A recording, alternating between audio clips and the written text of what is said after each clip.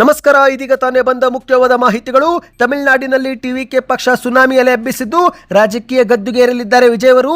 ಅಧಿಕಾರಕ್ಕೆ ಬಂದ ಬಳಿಕ 8 ಗ್ರಾಂ ಚಿನ್ನ ಫ್ರೀ, 6 ಉಚಿತ ಸಿಲಿಂಡರ್ ಸೇರಿದಂತೆ ಸಾಲ ಮನ್ನಾ ಜೊತೆಗೆ ಹಲವು ಗ್ಯಾರಂಟಿ ಘೋಷಣೆಗಳನ್ನು ಮಾಡಿದ್ದಾರೆ. ಭರವಸೆ ಈಡೇರಿಸಲು 42,000 ಕೋಟಿ ರೂಪಾಯಿಯ ಬಜೆಟ್ ಬೇಕಾಗಿದೆ. ಎಲ್ಲ ಮಾಹಿತಿ ನೋಡೋಣ ಸ್ನೇಹಿತರೆ. ಕರ್ನಾಟಕದಲ್ಲೂ ಕೂಡ ಬರುತ್ತಿದೆ ಹೊಸ ರಾಜಕೀಯ ಪಕ್ಷ. ಮಾಜಿ ಬಿಗ್ ಬಾಸ್ ಸ್ಪರ್ಧಿಯೊಬ್ಬರು ಹೊಸ ರಾಜಕೀಯ ಪಕ್ಷದ ಸುಳಿವು ಕೊಟ್ಟಿದ್ದಾರೆ. ಆ ಬಗ್ಗೆಯೂ ಕೂಡ ನೋಡೋಣ.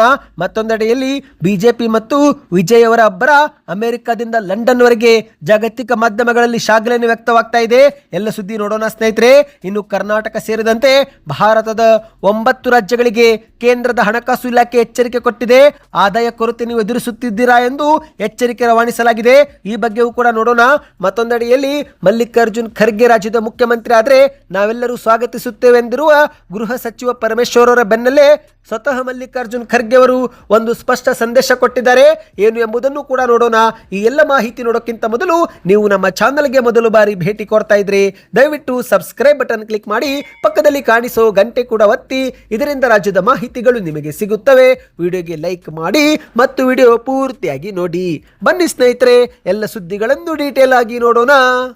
ಇತ್ತೀಚೆಗೆ ನಡೆದಂತ ತಮಿಳುನಾಡಿನ ವಿಧಾನಸಭಾ ಚುನಾವಣೆ ಫಲಿತಾಂಶ ಹೊರಬಿದ್ದಿದ್ದು ಈ ಒಂದು ವಿಚಾರ ತಮಿಳುನಾಡು ಮಾತ್ರವಲ್ಲದೆ ದೇಶಾದ್ಯಂತ ಭಾರಿ ಸದ್ದು ಮಾಡಿದೆ. ಹೌದು, ಯಾಕಂದ್ರೆ ಸ್ನೇಹಿತರೆ, ತಮಿಳುನಾಡಿನ ರಾಜಕೀಯ ಅಂಗಳದಲ್ಲಿ ನಟ ವಿಜಯ್ ಅವರ ಪ್ರವೇಶ ಹೊಸ ಚರ್ಚೆಗೆ ಕಾರಣವಾಗಿದೆ. ಯಾಕಂದ್ರೆ ಮೊದಲ ಚುನಾವಣೆಯಲ್ಲೇ ಗಮನಾರ್ಹ ಪ್ರದರ್ಶನ ಕೊಟ್ಟಿರುವ ಟಿವಿಕೆ ಪಕ್ಷ ರಾಜ್ಯ ರಾಜಕೀಯದ ಲೆಕ್ಕಾಚಾರವನ್ನೇ ಬದಲಿಸುವ ಮಟ್ಟಿಗೆ ಮುನ್ನಡೆ ಸಾಧಿಸಿದೆ. ಹೌದು ಗೆಳೆಯರೆ, ಸಿನಿಮಾ ಲೋಕದ ಜನಪ್ರಿಯತೆಯನ್ನು ರಾಜಕೀಯ ವೇದಿಕೆಗೆ ಯಶಸ್ವಿಯಾಗಿ ತಂದಿರುವಂತ ವಿಜಯ್ ಅವರು ಯುವ ಮತದಾರರ ಮನಸ್ಸು ಗೆಲ್ಲುವಲ್ಲಿ ಪ್ರಮುಖ ಹೆಜ್ಜೆ ಇಟ್ಟಿದ್ದಾರೆ. ಹೌದು, ಚುನಾವಣಾ ಪ್ರಚಾರ ವೇಳೆನೆ ವಿಜಯ್ ಅವರು ಸಾಕಷ್ಟು ಜನಪರ ಯೋಜನೆಗಳನ್ನು ಕೂಡ ಅಧಿಕಾರಕ್ಕೆ ಬಂದರೆ ಜಾರಿಗೆ ತರುವ ಬಗ್ಗೆ ಘೋಷಣೆ ಮಾಡಿದ್ದಾರೆ. ಅದರಲ್ಲಿ ಸ್ನೇಹಿತರೆ, ಪ್ರಮುಖವಾದದ್ದು ಮಹಿಳೆಯರಿಗೆ ತಿಂಗಳಿಗೆ 2,500 ರೂಪಾಯಿ ಸಹಾಯಧನ, ಸಣ್ಣ ರೈತರ ಬೆಳೆ ಸಾಲ ಮನ್ನಾ, ವೃದ್ಧರು, ವಿಧವೆಯರು ಮತ್ತು ಅಂಗವಿಕಲರಿಗೆ ತಿಂಗಳಿಗೆ 3,000 ಭತ್ಯೆ, ಸಹೋದರಿ ಮತ್ತು ಮಗಳ ಮದುವೆಗೆ 8 ಗ್ರಾಂ ಚಿನ್ನ ಮತ್ತು 200 ಯೂನಿಟ್ ಪ್ರತಿ ಮನೆಗೆ ಉಚಿತ ವಿದ್ಯುತ್, ರಾಜ್ಯದ ಪ್ರತಿ ಮನೆಗೆ ನೀರು ಸರಬರಾಜು, ಪ್ರತಿ ವರ್ಷ 6 ಉಚಿತ LPG ಸಿಲಿಂಡರ್ ಕೊಡುವ ಭರವಸೆ, ಮಹಿಳಾ ಸ್ವಸಹಾಯ ಗುಂಪುಗಳಿಗೆ ಬಡ್ಡಿ ಇಲ್ಲದೆ 5 ಲಕ್ಷವರೆಗೆ ಸಾಲ ಮತ್ತು ಪದವೀಧರರಿಗೆ ನಿರುದ್ಯೋಗ ಭತ್ಯೆಯಾಗಿ 4,000 ರೂಪಾಯಿ, ಡಿಪ್ಲೊಮಾ ಪಡೆದುಕೊಂಡವರಿಗೆ 2,000 ರೂಪಾಯಿ, ಹೀಗೆ ಸಾಕಷ್ಟು ಘೋಷಣೆಗಳನ್ನ ಮಾಡಿದ್ದಾರೆ. ಹೌದು ಸ್ನೇಹಿತರೆ, ಇದೀಗ ಟಿವಿಕೆ ಪಕ್ಷ ಅತಿ ದೊಡ್ಡ ಪಕ್ಷವಾಗಿ ಹೊರಹೊಮ್ಮಿದೆ. ಸರ್ಕಾರ ರಚನೆಗೆ ರಾಜಕೀಯ ಒಂದು ಚರ್ಚೆಗಳು ಈಗ ಶುರುವಾಗಿವೆ. ಮೈತ್ರಿ ಸರ್ಕಾರ ಆಗುತ್ತೆ ಎಂಬ ಸಾಧ್ಯತೆ ಮಾತುಗಳು ಕೂಡ ಕೇಳಿ ಬರುತ್ತಿದ್ದು, ಆದರೆ ಹಲವರೀಗ ಏನೇ ಆದರೂ ವಿಜಯ್ ಅವರೇ ಮುಖ್ಯಮಂತ್ರಿ ಆಗಬೇಕು ಎಂಬ ಒತ್ತಡವು ಕೂಡ ಕೇಳಿ ಬಂದಿದೆ. ಅಂದ ಹಾಗೆ ಸ್ನೇಹಿತರೆ, ಇದೀಗ ಒಂದು ಫೋಟೋ ಕೂಡ ಸಾಮಾಜಿಕ ಜಾಲತಾಣದಲ್ಲಿ ಭಾರಿ ವೈರಲ್ ಆಗ್ತಾ ಇದೆ. ಹೌದು, ಯಾಕಂದ್ರೆ ವಿಜಯ್ ನಟನೆಯ ಗೋಟೆ ಸಿನಿಮಾದಲ್ಲಿನ ಕಾರಿನ ನಂಬರ್ ಪ್ಲೇಟ್ ಈಗ ಸಾಮಾಜಿಕ ಜಾಲತಾಣದಲ್ಲಿ ವೈರಲ್ ಆಗಿದೆ. 2024ರಲ್ಲಿ ಬಿಡುಗಡೆ ಆಗಿರುವ ಗೋಟೆ ಸಿನಿಮಾದಲ್ಲಿ ವಿಜಯ್ ಅವರು ಬಳಸಿರುವ ಕಾರಿನ ನಂಬರ್ ಪ್ಲೇಟ್ ಮೇಲೆ TN07 CM 2026 ಎಂದು ಬರೆಯಲಾಗಿದೆ. ಹೌದು, TN ಅಂದರೆ ತಮಿಳುನಾಡು, 07 ಅಂದರೆ ಮೇ 7 ಮತ್ತು CM ಅಂದರೆ ಚೀಫ್ ಮಿನಿಸ್ಟರ್, 2026 ಅಂದರೆ ಈಗ ನಡೆಯುತ್ತಿರುವ ವರ್ಷ. ಅಂದರೆ ಸ್ನೇಹಿತರೆ, ಸಿನಿಮಾದಲ್ಲಿ 2026ರಲ್ಲಿ ವಿಜಯ್ ಮುಖ್ಯಮಂತ್ರಿ ಆಗಲಿದ್ದಾರೆ ಎಂಬ ಒಂದು ಸುಳಿವು ಮೊದಲೇ ಕೊಡಲಾಗಿತ್ತಾ ಎಂಬ ಒಂದು ಚರ್ಚೆ ಈಗ ಅಭಿಮಾನಿಗಳಲ್ಲಿ ನಡೀತಾ ಇದೆ.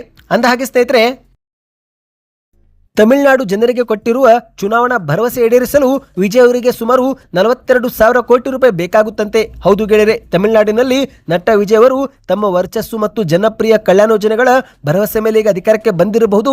ಆದರೆ ಈ ಒಂದು ಕೊಟ್ಟಿರುವ ಭರವಸೆ ಈಡೇರಿಸುವುದು ಅಷ್ಟು ಸುಲಭವಲ್ಲ ಸ್ನೇಹಿತರೆ. ಒಂದು ಅಂದಾಜಿನ ಪ್ರಕಾರ ನೋಡುವುದಾದರೆ ಈ ಒಂದು ಯೋಜನೆಗಳ ಜಾರಿಗೆ ಮಾಡಿದ ಮೊದಲ ವರ್ಷದಲ್ಲೇ ಸುಮಾರು 42,000 ಕೋಟಿ ರೂಪಾಯಿ ಹಣದ ಅಗತ್ಯವಿದೆ ಅಂತೆ. ಹೌದು, ಯಾಕಂದ್ರೆ ಪ್ರತಿ ಮಹಿಳೆಯರಿಗೆ ತಿಂಗಳಿಗೆ 2,500 ರೂಪಾಯಿ ಕೊಡಬೇಕು. ಇದಕ್ಕೇನೆ ಸುಮಾರು 36,000 ಕೋಟಿ ಖರ್ಚಾಗುತ್ತೆ. ಪ್ರತಿ ಮನೆಗೆ 200 ಯೂನಿಟ್ ಉಚಿತ ವಿದ್ಯುತ್ ಕೊಡಬೇಕು. ಇದಕ್ಕೂ ಕೂಡ 4,200 ಕೋಟಿ ಆಗಲಿದ್ದು, ಹೀಗೆ ವೃದ್ಧಾಪ್ಯ ವೇತನ, ವಿಧವಾ ಪಿಂಚಣಿ, ಅಂಗವಿಕಲ್ಯ ಪಿಂಚಣಿ ಸೇರಿ ಉಚಿತ LPG ಸಿಲಿಂಡರ್, ರೈತರಿಗೆ ಸಾಲ ಮನ್ನಾ, 8 ಗ್ರಾಂ ಬಂಗಾರ ಕೊಡುವುದು, ಹೀಗೆ ಎಲ್ಲ ಯೋಜನೆಗಳಿಗೆ ಸುಮಾರು 42,000 ಕೋಟಿ ರೂಪಾಯಿಗೂ ಅಧಿಕ ಹಣದ ಅಗತ್ಯವಿದೆ ಎಂದು ಹೇಳಲಾಗ್ತಾ ಇದೆ. ಈ ಬಗ್ಗೆ ನಿಮ್ಮ ಅನಿಸಿಕೆಯನ್ನು ನೀವು ನಮಗೆ ಕಮೆಂಟ್ ಮಾಡಿ ಸ್ನೇಹಿತರೆ. ಬನ್ನಿದೀಗ ಮತ್ತೊಂದು ಮಾಹಿತಿಗೆ ಹೋಗೋಣ. ಇದೀಗ ತಮಿಳುನಾಡಿನಲ್ಲಿ ಯಾವ ರೀತಿ ಟಿವಿಕೆ ಪಕ್ಷ ಇತಿಹಾಸ ಸೃಷ್ಟಿ ಮಾಡಿದೆಯೋ ಅದೇ ರೀತಿ ಕರ್ನಾಟಕದಲ್ಲೂ ಕೂಡ ಒಂದು ಹೊಸ ರಾಜಕೀಯ ಪಕ್ಷ ಬರಲಿದೆ ಎಂದು ಮಾಜಿ ಬಿಗ್ ಬಾಸ್ ಸ್ಪರ್ಧೆ ಆದಂತ ಲಾಯರ್ ಜಗದೀಶ್ ಅವರು ಟ್ವೀಟ್ ಮಾಡೋ ಮೂಲಕ ಸುಳಿವು ಕೊಟ್ಟಿದ್ದಾರೆ. ಹೌದು ಸ್ನೇಹಿತರೆ, ಈಗಾಗಲೇ 5 ರಾಜ್ಯಗಳ ಚುನಾವಣಾ ಫಲಿತಾಂಶ ದೇಶಾದ್ಯಂತ ಭಾರಿ ಚರ್ಚೆ ಆಗ್ತಾ ಇದೆ. ತಮಿಳುನಾಡಿನಲ್ಲಿ ನಟ ವಿಜಯ್ ಅವರು ಕೂಡ ನೂತನ ಪಕ್ಷ ಟಿವಿಕೆ ಮೊದಲ ಬಾರಿಗೆ 108 ಸ್ಥಾನ ಪಡೆದು ಇತಿಹಾಸ ಸೃಷ್ಟಿ ಮಾಡಿದೆ.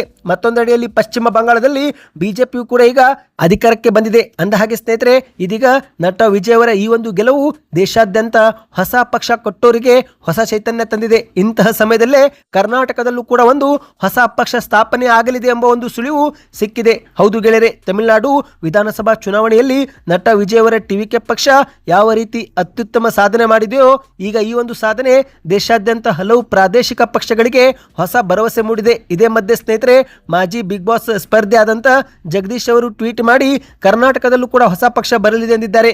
ನೀವು ಸ್ಕ್ರೀನ್ ಮೇಲೆ ಒಂದು ಟ್ವೀಟ್ ನೋಡ್ತಿರಬಹುದು. ಇದು ಲಾಯರ್ ಕೆಎನ್ ಜಗದೀಶ್ ಕುಮಾರ್ ಅವರೇ ಮಾಡಿದ ಟ್ವೀಟ್ ಆಗಿದೆ. ಜೆಡಿಎಸ್ ಬಿಜೆಪಿ ಕಾಂಗ್ರೆಸ್ ಸಹವಾಸ ಕರ್ನಾಟಕದ ಮತದಾರರಿಗೆ ಸಾಕಾಗಿದೆ. ಭ್ರಷ್ಟಾಚಾರ, ನಿರುದ್ಯೋಗ, ಬಡತನ, ಬೆಲೆ ಏರಿಕೆ ವಿರುದ್ಧ ಜನರ ಜೊತೆ ನಿಲ್ಲುವ, ಸಾಮಾನ್ಯ ಜನರ ನಿಲ್ಲಿಸಿ ಗೆಲ್ಲಿಸಿ ಸರ್ಕಾರ ರಚಿಸುವ ಅವಶ್ಯಕತೆ ಮುಂದಿನ ಕರ್ನಾಟಕ MLA ಚುನಾವಣೆಯಲ್ಲಿ ಮಾಡಬೇಕೆಂಬ ಪ್ರಯತ್ನ ನಡೀತಾ ಇದೆ. 10 ಪೊಲಿಟಿಕಲ್ ಪಾರ್ಟಿ ಇರುವ ಕರ್ನಾಟಕಕ್ಕೆ ಈ 3 ಪಕ್ಷಗಳ ಭ್ರಷ್ಟ ರಾಜಕಾರಣಿಗಳಿಗೆ ತೊಡೆತಟ್ಟಿ ನಿಲ್ಲುವ ಒಬ್ಬ ಲೀಡರ್ ಹಾಗೂ ಸಾಮಾನ್ಯ ವರ್ಗದ ಜನರ ಜೊತೆ ನಿಲ್ಲುವ ಒಂದು ರಾಜಕೀಯ ಪಾರ್ಟಿ ಅವಶ್ಯಕತೆ ಇದೆ. ಶೀಘ್ರವೇ ಪಾರ್ಟಿ ಹಾಗೂ ಜವಾಬ್ದಾರಿ ಹೊತ್ತು ನಿಮ್ಮ ಮುಂದೆ ಬರಲಿದೆ. ಶಾರ್ಟ್ಲಿ ಪಾರ್ಟಿ ಅನೌನ್ಸ್ಮೆಂಟ್ ಎಂದು ಟ್ವೀಟ್ ಅನ್ನು ಮಾಡಿದ್ದಾರೆ. ಹೌದು ಸ್ನೇಹಿತರೆ, ಶೀಘ್ರವೇ ಈ ಒಂದು ಪಾರ್ಟಿ ಬರಲಿದೆ ಎಂಬ ಒಂದು ಸುಳಿವನ್ನ ಲಾಯರ್ ಜಗದೀಶ್ ಅವರು ನೀಡಿದ್ದಾರೆ. ಬನ್ನೀಗ ಮತ್ತೊಂದು ಮಾಹಿತಿಗೆ ಹೋಗೋಣ. ಪಶ್ಚಿಮ ಬಂಗಾಳದಲ್ಲಿ ಬಿಜೆಪಿಯ ಗೆಲುವು, ತಮಿಳುನಾಡಿನಲ್ಲಿ ವಿಜಯ್ ಅವರ ಅಬ್ಬರ ಭಾರತ ಮಾತ್ರವಲ್ಲದೆ ಅಮೆರಿಕದಿಂದ ಲಂಡನ್ವರೆಗೆ ಮಾಧ್ಯಮಗಳಲ್ಲಿ ಸುದ್ದಿಯಾಗಿದೆ. ಹೌದು ಗೆಳೆಯರೆ, ಭಾರತದ ಪಶ್ಚಿಮ ಬಂಗಾಳ ಮತ್ತು ತಮಿಳುನಾಡು ರಾಜ್ಯದ ಚುನಾವಣಾ ಫಲಿತಾಂಶ ಅಂತಾರಾಷ್ಟ್ರೀಯ ಮಟ್ಟದಲ್ಲೇ ಭಾರಿ ಚರ್ಚೆಗೆ ಕಾರಣವಾಗಿದೆ. ಅಮೆರಿಕದಿಂದ ಪಾಕಿಸ್ತಾನದವರೆಗೆ, ಲಂಡನ್ನಿಂದ ಢಾಕಾದವರೆಗೆ ಪ್ರಮುಖ ಪತ್ರಿಕೆಗಳು ಭಾರತದ ರಾಜಕೀಯ ಬದಲಾವಣೆಯನ್ನ ಪ್ರಮುಖವಾಗಿ ವರದಿ ಮಾಡಿವೆ. ಹೌದು ಗೆಳೆಯರೆ, ಪಶ್ಚಿಮ ಬಂಗಾಳದಲ್ಲಿ ಮಮತಾ ಬ್ಯಾನರ್ಜಿ ಅವರ 15 ವರ್ಷಗಳ ಸುದೀರ್ಘ ಆಡಳಿತವನ್ನು ಅಂತ್ಯಗೊಳಿಸಿ ಬಿಜೆಪಿ ಅಧಿಕಾರ ಹಿಡಿದಿದ್ದು, ಇತ್ತ ತಮಿಳುನಾಡಿನಲ್ಲಿ ನಟ ವಿಜಯ್ ಅವರ ಹೊಸ ಪಕ್ಷ ಅಚ್ಚರಿ ಮೂಡಿಸುವಂತೆ ಗೆಲುವು ಸಾಧಿಸಿದೆ. ಸದ್ಯ ಈ ಒಂದು ವಿಚಾರ ಭಾರತದ ಮಾಧ್ಯಮಗಳು ಮಾತ್ರವಲ್ಲದೆ ಜಾಗತಿಕ ಮಾಧ್ಯಮಗಳಲ್ಲೂ ಕೂಡ ವರದಿಯಾಗಿವೆ. ಹೌದು, ಲಂಡನ್ನ ಪ್ರಸಿದ್ಧ BBC ಪತ್ರಿಕೆಯು ಕೂಡ ಬಿಜೆಪಿಯ ಬಗ್ಗೆ ಹೊಗಳಿದೆ ಸ್ನೇಹಿತರೆ. ಬಂಗಾಳದ ಕೋಟೆಯನ್ನು ವಶಪಡಿಸಿಕೊಂಡ ಮೋದಿ ಪಡೆ ಎಂದು ಶೀರ್ಷಿಕೆ ಒಂದು ಬಿಡುಗಡೆ ಮಾಡಿದೆ. ಮತ್ತು ಅಷ್ಟು ಮಾತ್ರವಲ್ಲ ಸ್ನೇಹಿತರೆ, ಇತ್ತ ಅಮೆರಿಕದ ನ್ಯೂಯಾರ್ಕ್ ಟೈಮ್ಸ್ ವರದಿಯಲ್ಲೂ ಕೂಡ ಬಿಜೆಪಿ ಐತಿಹಾಸಿಕ ಒಂದು ಸಾಧನೆ ಮಾಡಿದೆ ಎಂದು ಬರೆದಿದ್ದು, ವಿಶ್ವದ ಅತಿ ದೊಡ್ಡ ಪ್ರಜಾಪ್ರಭುತ್ವ ರಾಷ್ಟ್ರವನ್ನು ಮರುರೂಪಿಸುವ ಬಿಜೆಪಿಯ ದಶಕಗಳ ಹಂಬಲಕ್ಕೆ ಗೆಲುವು ಸಿಕ್ಕಿದೆ ಎಂದು ಕೂಡ ವರದಿ ಮಾಡಲಾಗಿದೆ. ಇನ್ನು ಅಷ್ಟು ಮಾತ್ರವಲ್ಲ ಸ್ನೇಹಿತರೆ, ಇದೇ ಮಧ್ಯೆ ಬಾಂಗ್ಲಾದೇಶದಲ್ಲಿ ತಮಿಳುನಾಡಿನ ಮುಖ್ಯಮಂತ್ರಿ MK ಸ್ಟಾಲಿನ್ ಅವರ ಸೋಲನ್ನು ಅತಿ ದೊಡ್ಡ ರಾಜಕೀಯ ಆಘಾತ ಎಂದು ಕರೆದಿದ್ದು, ಇದರ ಜೊತೆಗೆ ತಮಿಳುನಾಡು ರಾಜಕೀಯಕ್ಕೆ ಹೊಸಬರಾದ ನಟ ವಿಜಯ್ ಅವರು ಅನುಭವಿ ರಾಜಕಾರಣಿ ಸ್ಟಾಲಿನ್ ಅವರನ್ನು ಸೋಲಿಸಿರುವುದು ದಕ್ಷಿಣ ಭಾರತದ ರಾಜಕೀಯದಲ್ಲಿ ಹೊಸ ಪರ್ವ ಆರಂಭ ಮಾಡಿದಂತಿದೆ ಎಂದು ಬಾಂಗ್ಲಾ ಮಾಧ್ಯಮಗಳು ಕೂಡ ವರದಿ ಮಾಡಿವೆ. ಈ ಬಗ್ಗೆ ನಿಮ್ಮ ಅನಿಸಿಕೆಯನ್ನು ನೀವು ನಮಗೆ ಕಮೆಂಟ್ ಮಾಡಿ. ಬನ್ನಿ ಸ್ನೇಹಿತರೆ, ಒಂದು ಮುಖ್ಯವಾದ ಮಾಹಿತಿಗೆ ಹೋಗೋಣ. ಕರ್ನಾಟಕ ಸೇರಿದಂತೆ ಭಾರತದ 9 ರಾಜ್ಯಗಳಿಗೆ ಕೇಂದ್ರದ ಹಣಕಾಸು ಇಲಾಖೆ ಒಂದು ಖಡಕ್ ಎಚ್ಚರಿಕೆ ಕೊಟ್ಟಿದೆ. ಹೌದು, ದೇಶದ ಪ್ರಮುಖ ರಾಜ್ಯಗಳು ಆರ್ಥಿಕ ಸಂಕಷ್ಟದತ್ತ ಮುನ್ನುಗ್ಗುತ್ತಿದೆ ಎಂಬ ಒಂದು ಪ್ರಶ್ನೆ ಉದ್ಭವವಾಗಿದ್ದು, ಇದೇ ಮಧ್ಯೆ ಕೇಂದ್ರದ ಹಣಕಾಸು ಇಲಾಖೆ ಒಂದು ವರದಿ ಬಿಡುಗಡೆ ಮಾಡಿ ಗಂಭೀರವಾದ ಮುನ್ಸೂಚನೆ ಕೊಟ್ಟಿದೆ. ಆದಾಯ ಕೊರತೆ ಮತ್ತು ಹೆಚ್ಚುತ್ತಿರುವ ಸಾಲದ ಹೊರೆಯಿಂದಾಗಿ ಕರ್ನಾಟಕ ಸೇರಿ 9 ರಾಜ್ಯಗಳು ಶೀಘ್ರದಲ್ಲೇ ಭಾರೀ ಹಣಕಾಸು ಒತ್ತಡಕ್ಕೆ ಸಿಲುಕಲಿವೆ ಎಂದು ಕೇಂದ್ರ ಸರ್ಕಾರ ಎಚ್ಚರಿಸಿದೆ. ಹೌದು ಸ್ನೇಹಿತರೆ, ಇದೀಗ 9 ರಾಜ್ಯಗಳಲ್ಲಿ ಗ್ಯಾರಂಟಿ ಯೋಜನೆಗಳು ಜಾರಿಗೆ ಆಗಿವೆ.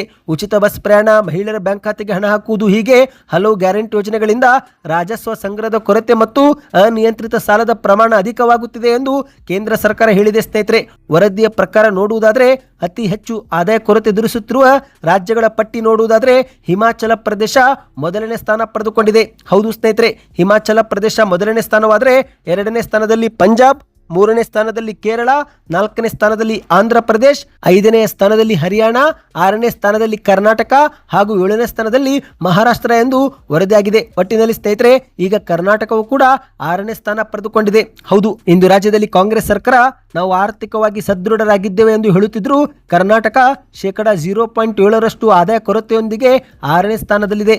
ರಾಜ್ಯ ಸರ್ಕಾರ ತನ್ನ ಸಾಲದ ಪ್ರಮಾಣ ನಿಯಂತ್ರಿಸದಿದ್ದರೆ ಮತ್ತು ಆದಾಯದ ಮೂಲ ಹೆಚ್ಚಿಗೆ ಮಾಡಿಕೊಳ್ಳದಿದ್ದರೆ ಮುಂಬರುವ ವರ್ಷಗಳಲ್ಲಿ ಅಭಿವೃದ್ಧಿ ಯೋಜನೆಗಳಿಗೆ ಹಣದ ಕೊರತೆ ಎದುರಾಗಬಹುದು ಎಂದು ಕೇಂದ್ರ ಸರ್ಕಾರ ಸೂಚನೆ ಕೊಟ್ಟಿದೆ ಸ್ನೇಹಿತರೆ. ಈ ಬಗ್ಗೆ ನಿಮ್ಮ ಅನಿಸಿಕೆಯನ್ನು ನಮಗೆ ತಿಳಿಸಿ ಸ್ನೇಹಿತರೆ. ಬನ್ನಿ ಈಗ ಕೊನೆಯ ಮಾಹಿತಿಗೆ ಹೋಗೋಣ. ಇತ್ತೀಚೆಗೆ ಗೃಹ ಸಚಿವ ಪರಮೇಶ್ವರ್ ಅವರು ಬೆಂಗಳೂರಲ್ಲಿ ಮಾಧ್ಯಮಗಳ ಮುಂದೆ ಅನುಭವ ಹೊಂದಿರುವ ಎಐಸಿಸಿ ಅಧ್ಯಕ್ಷ ಮಲ್ಲಿಕಾರ್ಜುನ್ ಖರ್ಗೆ ರಾಜ್ಯದ ಮುಖ್ಯಮಂತ್ರಿ ಆದರೆ ನಾವೆಲ್ಲರೂ ಕೂಡ ಸ್ವಾಗತಿಸುತ್ತೇವೆ. ಯಾಕಂದ್ರೆ ಮಲ್ಲಿಕಾರ್ಜುನ್ ಖರ್ಗೆ ಅವರು ನಮ್ಮ ಹಿರಿಯರು, ಅವರ ಸಮಕಾಲೀನವರೆಲ್ಲ ಮುಖ್ಯಮಂತ್ರಿ ಆಗಿದ್ದಾರೆ. ಈರಪ್ಪ ಮೊಯ್ಲಿ ಮತ್ತು ಗುಂಡೂರಾವ್ ಕೂಡ ಮುಖ್ಯಮಂತ್ರಿ ಆಗಿದ್ರು. ಹಾಗಾಗಿ ಮಲ್ಲಿಕಾರ್ಜುನ್ ಖರ್ಗೆ ಅವರಿಗೆ ಹೈಕಮಾಂಡ್ ಸಿಎಂ ಸ್ಥಾನ ಕೊಟ್ಟರೆ ತಪ್ಪೇನಿಲ್ಲ ಎಂಬ ಹೇಳಿಕೆಯನ್ನು ಕೊಟ್ಟಿದ್ರು. ಇದೇ ಒಂದು ಹೇಳಿಕೆ ಬಂದಲ್ಲೇ ಈಗ ಮಲ್ಲಿಕಾರ್ಜುನ್ ಖರ್ಗೆ ಅವರು ಕೂಡ ಪ್ರತಿಕ್ರಿಯಿಸಿ ಒಂದು ಸ್ಪಷ್ಟ ಸಂದೇಶ ರವಾನಿಸಿದ್ದಾರೆ. ಹೌದು ಸ್ನೇಹಿತರೆ, ಕರ್ನಾಟಕದಲ್ಲಿ ಮುಖ್ಯಮಂತ್ರಿ ಬದಲಾವಣೆ ಕುರಿತು ನಡೆಯುತ್ತಿರುವ ಊಹಾಪೋಹಗಳ ನಡುವೆ ಮಲ್ಲಿಕಾರ್ಜುನ್ ಖರ್ಗೆ ಅವರು ಒಂದು ಶಾಕಿಂಗ್ ಹೇಳಿಕೆ ಕೊಟ್ಟಿದ್ದಾರೆ. ಸದ್ಯಕ್ಕೆ ಮುಖ್ಯಮಂತ್ರಿಯನ್ನು ಬದಲಾಯಿಸುವ ಯಾವುದೇ ಯೋಜನೆ ನಮ್ಮ ಮುಂದೆ ಇಲ್ಲ ಎಂದು ಸ್ಪಷ್ಟಪಡಿಸುವ ಜೊತೆಗೆ ಈ ಒಂದು ಸಮಸ್ಯೆಯನ್ನು ಕೂಡ ಶೀಘ್ರದಲ್ಲೇ ಬಗೆಹರಿಸಲಾಗುವುದು ಎಂಬ ಸುಳಿವು ಕೊಟ್ಟಿದ್ದಾರೆ. ಹೌದು ಗೆಳೆಯರೆ, ಈ ಒಂದು ಹಿಂದೆ ಕಾಂಗ್ರೆಸ್ ಸರ್ಕಾರ 2023ರಲ್ಲಿ ಅಧಿಕಾರಕ್ಕೆ ಬಂದಾಗ 2.5 ವರ್ಷ ಸಿದ್ದರಾಮಯ್ಯನವರು ಮುಖ್ಯಮಂತ್ರಿ, ಉಳಿದ 2.5 ವರ್ಷ ಡಿ.ಕೆ. ಶಿವಕುಮಾರ್ ಅವರು ಮುಖ್ಯಮಂತ್ರಿ ಎಂಬ ಒಂದು ಒಪ್ಪಂದ ಕುರಿತಂತೆ ಮಾತಾಗಿತ್ತು ಎಂಬ ಒಂದು ಚರ್ಚೆ ಇದೆ. ಆದರೆ ಈಗ ಈ ಒಂದು ಒಪ್ಪಂದ ಇನ್ನೂ ಈಡೇರಿಲ್ಲ. ಇದೇ ಮಧ್ಯೆ ಡಿ.ಕೆ. ಶಿವಕುಮಾರ್ ಅವರ ಬೆಂಬಲಿಗರು ಸಿಎಂ ಸ್ಥಾನ ಕೊಡಲೇಬೇಕು ಎಂದು ನಿರಂತರವಾಗಿ ಹೈಕಮಾಂಡ್ ಮೇಲೆ ಒತ್ತಡ ಹಾಕುತ್ತಿದ್ದು, ಇಂತಹ ಸಮಯದಲ್ಲಿ ಮಲ್ಲಿಕಾರ್ಜುನ್ ಖರ್ಗೆ ಅವರು ಪ್ರತಿಕ್ರಿಯಿಸಿ ಸದ್ಯಕ್ಕೆ ಕರ್ನಾಟಕದ ಮುಖ್ಯಮಂತ್ರಿ ಬದಲಾಯಿಸುವ ಯಾವುದೇ ಯೋಜನೆ ಇಲ್ಲ ಮತ್ತು ಈ ಒಂದು ಸಮಸ್ಯೆಯನ್ನು ಕೂಡ ಶೀಘ್ರದಲ್ಲೇ ಬಗೆಹರಿಸುತ್ತೇವೆ ಎಂದು ಹೇಳಿಕೆಯನ್ನು ಕೊಟ್ಟಿದ್ದಾರೆ. ಸದ್ಯಕ್ಕೆ ಎಷ್ಟಾಯಿತು ಸ್ನೇಹಿತರೆ, ಈ ಮಾಹಿತಿ ನಿಮಗೆ ಇಷ್ಟವಾಯ್ತಾ? ಹಾಗಾದರೆ ಚಾನಲ್ಗೆ ಸಬ್ಸ್ಕ್ರೈಬ್ ಮಾಡಿಕೊಳ್ಳಿ. ನಿಮ್ಮ ಅನಿಸಿಕೆಗಳನ್ನು ದಯವಿಟ್ಟು ಕಮೆಂಟ್ ಮಾಡಿ, ವಿಡಿಯೋಗೆ ಲೈಕ್ ಮಾಡ್ತಾ ಶೇರ್ ಕೂಡ ಮಾಡಿ.